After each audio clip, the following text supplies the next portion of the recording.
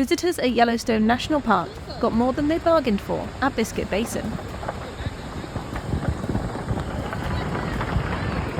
A hydrothermal explosion sent mud, steam, water and rock fragments shooting into the air.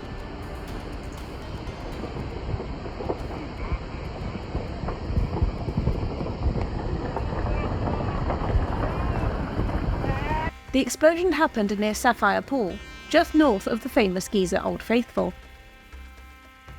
Explosions like this are caused by water deep underground becoming hotter, causing a pressure buildup that's then released as an explosion. Nobody was hurt in the explosion, but the area remains closed for safety reasons.